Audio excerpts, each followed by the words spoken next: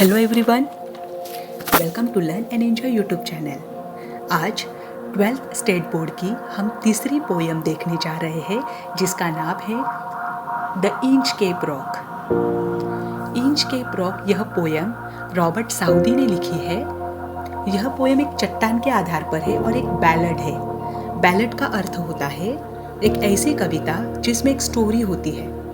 इस पोयम के मुख्य दो कैरेक्टर रॉबर्ट ने दिखाए हैं। उसमें पहला कैरेक्टर है एबट ऑफ एबरब्रॉथॉक, जो कि एक प्रीस्ट है चर्च के, और वो एक वाइज मैन है। उन्होंने स्कॉटलैंड के ईस्ट कोस्ट से 18 किलोमीटर दूरी पर जो एक इंच केप रॉक नामक चट्टान है, वहाँ पर एक बेल लगाई है। और वह बेल इसलिए लगाई है क्योंकि तूफानी रातों में या कभी कभी दिन में भी जो तूफान आते हैं उस समय लोगों को वह चट्टान दिखाई नहीं देती है और बहुत सारे लोग वहाँ पर आकर उससे टकराकर मर जाते हैं, जहाज डूब जाते हैं। तो उस प्रेस्ट ने वहाँ पर एक बेल लगाई है कि लोग चट्टान नहीं देख सकते पर कम से कम वह बेल की आवाज़ सुनकर अपनी लाइफ को सेव कर सकते हैं। और दूसरा जो व्यक्ति है, दूसरा कैरेक्टर जो इस स्टोरी में, इस पोयम में बताया गया है, वह है the Ralph the rover. Ralph the rover यह एक समुद्री डाकू है जो एबर्ट से जलता है क्योंकि लोग उसे आकर दुआएं देते हैं। और दूसरी बात, वह चाहता है कि इंच के रॉक पर लोग आकर टकराए ताकि उनके जहाज में जो भी माल है, जो भी पैसा आदि है, वह राल्फ को मिले। इसलिए राल्फ क्या करता है, एक दिन आकर उस बेल को काट देता है और उसके बाद वह बहुत पैसा धन कमा लेता है। बहुत सारे लोग उसके बाद वहाँ पर मर जाते हैं। पर एक दिन जब वह बहुत पैसा कमाकर समुद्र में अपने स्कॉटलैंड की ओर निकलता है, तब रास्ते में उसे भी तूफान लगता है। और तूफान लगने के बाद उसकी जो बोट है वह इंच केप रॉक को आकर ही टकराती है और वहीं पर उसकी मृत्यु हो जाती है। इस पोयम का सार है, जो जैसा बोता है उसे वैसा ही फल मिलता है। As you sow so shall you reap। तो चलिए ज़्यादा देरी न करते हुए इस पोयम को आज हम देखेंगे, जो बहुत ही सुंदर पोयम है जिसमें बहुत ही सुंदर वर्णन किया गया है। Let's start. No steer in the air, no steer in the sea. The ship was as still as she be. Her sails from heaven received no motion. Her keel was steady in the ocean. ये पहला stanza है। इसमें नए words आए हैं कील। कील यानी जहाज का निचला हिस्सा। अब यहाँ पर कवि बताते हैं कि हवा में कोई हलचल नहीं है, समुद्र भी शांत है और शिप यानी जहाज भी स्थिर है। तीनों भी शांत है, हवा, समुद्र और जहाज। ऊपर से भी हवाओं का कोई जोर नहीं है, ना ही समुद्र की कोई लहरें अशांत है। तथा कील यानी जहाज का जो निचला भाग है, जो कि मेटल या वुडन का होता है, वह भी स्थिर है समुद्र में। अर्थात वातावरण आज एकदम शांत है। आज वातावरण में कोई तूफान नहीं है। यह पहला स्टांजा है। Let's see the second stanza. Without either sign or sound of their rock, the waves flooded over the inch cape rock. So little they rose, so little they fell. They did not move the inch cape bell. अब यहाँ पर कवि बताते हैं कि लहरें समुद्र में कैसे चल रही है। लहरें इंच केप रॉक नामक जो चट्टान है उस पर बहती जा रही है, परंतु बिना आवाज किए, बिना किसी साइन या सिंबल के, क्योंकि वे बहुत कम हाइट पर तथा बहुत कम फोर्स से ऊपर नीचे आ रही है, जिसके कारण कोई आवाज नहीं हो रही है। इसका अर्थ है कि लहरें भी बिल्कुल शांति से चल रही है, संथ गति से चल रही है। आज लहरों में भी कोई तूफान नहीं है। Let's see the third stanza. The abbot of Aberbrothok had placed that bell on the inch cape rock. On a boy in the storm it flooded and swung, and over the waves its warning rung. Boy यानी लटकाना, लगाना। और Abbott of एबरब्रॉथॉक वह व्यक्ति है जिसने वहाँ पर bell लगाई है। अब अर्थ देखिए। अब यहाँ पर कवि बताते हैं कि एबट ऑफ एबरब्रॉथॉक नामक जो व्यक्ति है, उन्होंने इंच के रॉक पर यह बेल लगाई थी। जब भी तूफान आता है तो वहाँ के हवा के कारण वह बचती है और झूलती भी है। और यही जो बेल है लोगों के लिए वार्निंग यानी संकेत बन जाती है सामने चट्टान होने का। लोग बेल की आवाज़ से संभल जाते हैं और अपना रास्ता बदल लेते हैं। The next stanza. When the rock was hid by the surge swell, the mariners heard the warning bell, and then they knew the perilous rock, and blessed the abbot of Aberbrothok. अब mariner यानी समुद्र में प्रवास करने वाले प्रवासी, perilous यानी भयंकर, डेंजरस, ब्लेस्ड यानी दुआ देना।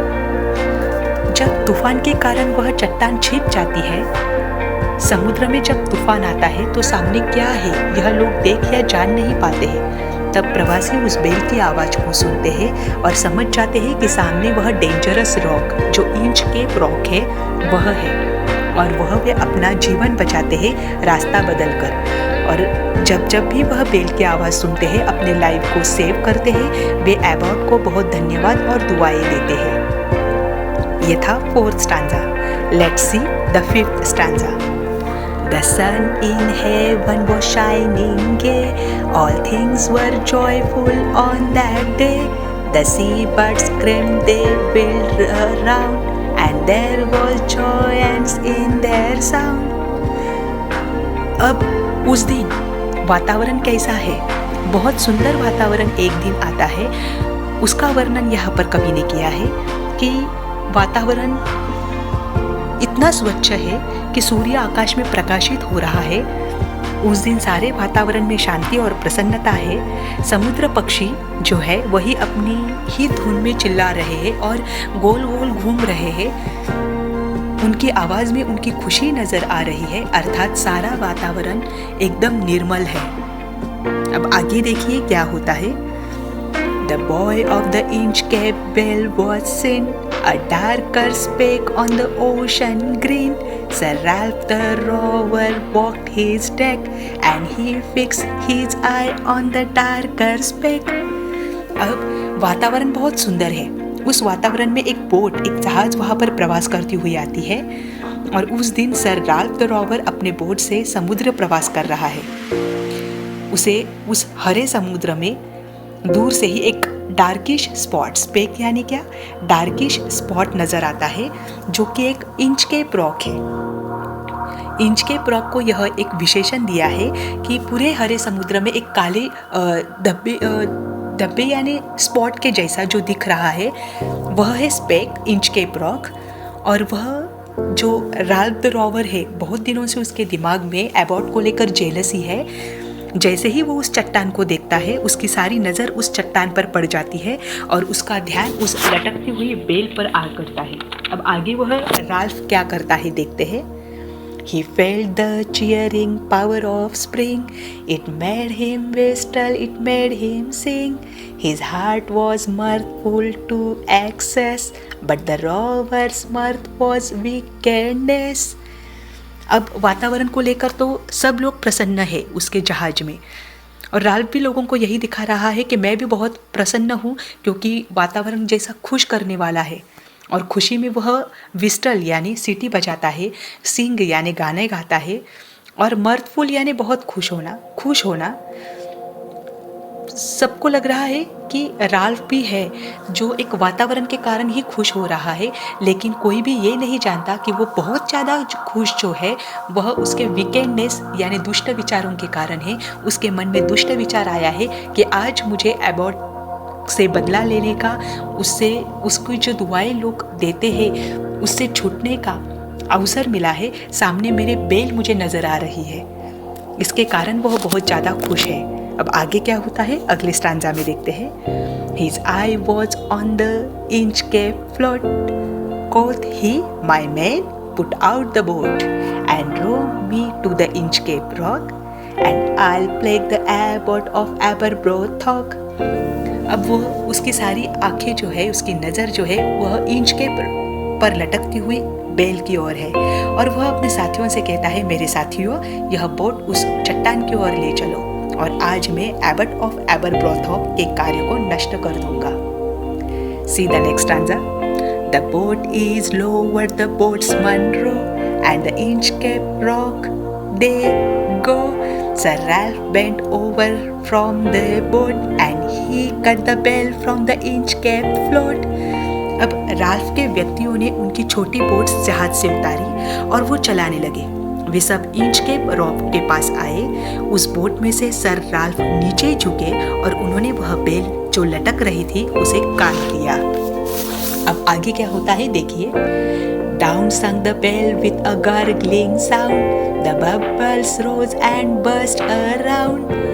Quoth Sir Ralph, the next who comes to the rock won't bless the abbot of Aberbrothok. अब वह बेल बबलिंग गर्गलिंग साउंड यानी क्या, बबल साउंड करती हुई डूबने लगी। जैसे जैसे वो नीचे जा रही थी बबल्स ऊपर और उसके आजू बाजू में निकल रहे थे। फिर रैल्फ द रोवर अपने सहयोगियों से बोले, अब इसके आगे जो भी इस चट्टान के पास आएगा कभी भी एबॉट को दुआएं और धन्यवाद नहीं दे पाएगा क्योंकि वे बचेंगे ही नहीं। Next see the stanza, next stanza. Sir Ralph the rover sailed away. He scoured the seas for many a day, and now grown rich with a plundered store, he steers his course for Scotland shore. Sailed, sailed यानी आगे बढ़ जाना, प्रवास करते हुए। Scoured यानी क्या, घूमता, पूरी घूमना। Plundered यानी लोगों को लूटना, और steers यानी मार्ग देखते हुए आगे बढ़ना। अभी देखो, सर राल्फ द रोवर आगे प्रवास करने के लिए निकल गए। वे बहुत दिन तक समुद्र में प्रवास करते रहे और लोगों को और जहाज को लूटकर उन्होंने बहुत धन कमाया। अब वह स्कॉटलैंड के किनारे की ओर अपना मार्ग देखने लगे। अब वो अपने घर जाने चाहते हैं, अपने स्थान पर लौटना चाहते थे। उसने बहुत धन कमा लिया था इसलिए अब वो रिटर्न की ओर है अपने रास्ता। आगे देखिए। So thick a haze spreads the sky, they cannot see the sun on high. The wind hath blown a gale all day, at evening it hath died away. Or spreads यानी फैला हुआ। Thick a haze यानी घना भाग। Gale यानी आंधी। अभी आगे देखिए। अब बादल जो थे वो बहुत घने छाए हुए थे। राल्फ जो है वह रिटर्न की ओर है, अपनी जर्नी कर रहा है। बादल बहुत घने छाए हुए थे आकाश में। इतने घने बादल थे कि जिस कारण सूर्य भी नजर नहीं आ रहा था।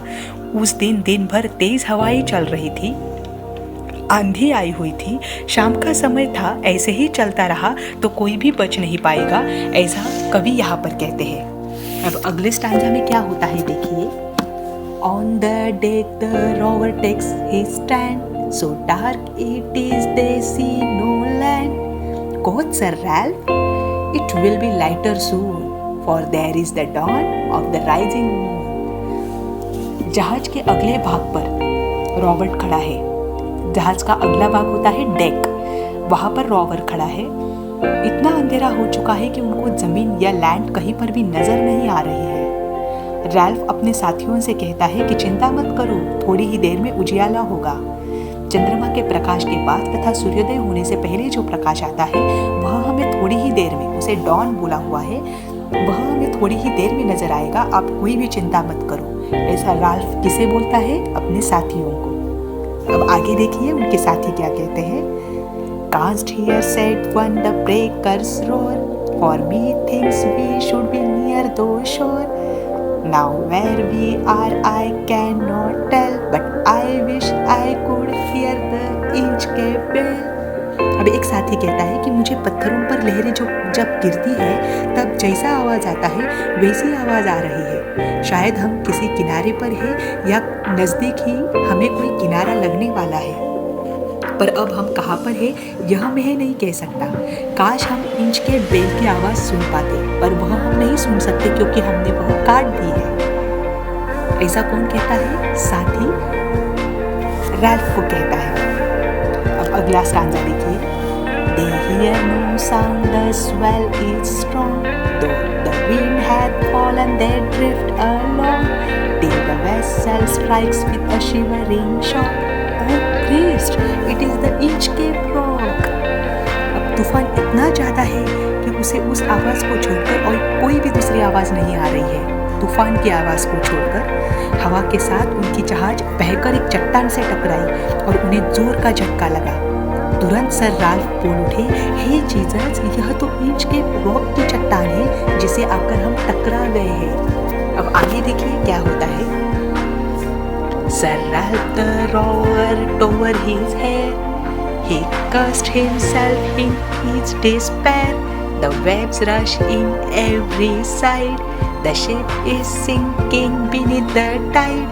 अब सब सर रॉल्फ जो है वह गिल्टी फील करने लगते हैं, वह रिग्रेट फील करने लगते हैं, उनको पश्चाताप होने लगता है और वो गुस्से में, उनको खुद पर ही गुस्सा आ रहा है, गुस्से में अपने ही बाल खींचने लग गए, खुद को वो कोसने लग गए। कर्स्ड यानी कोसना।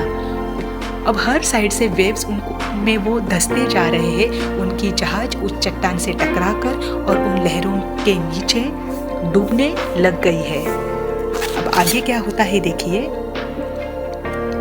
But even in his dying fear, one dreadful sound could the rover hear, a sound as if with the Inchcape bell, the devil below was ringing his knell. अब जो राल्फ द रॉवर है और उनके सहयोगी है, वे जैसे जैसे नीचे जा रहे हैं, राल्फ को मरने का भय तो सता ही रहा था, लेकिन उसमें भी उसने वह बेल की आवाज़ सुनी जो इंचकैप रॉक पर थी।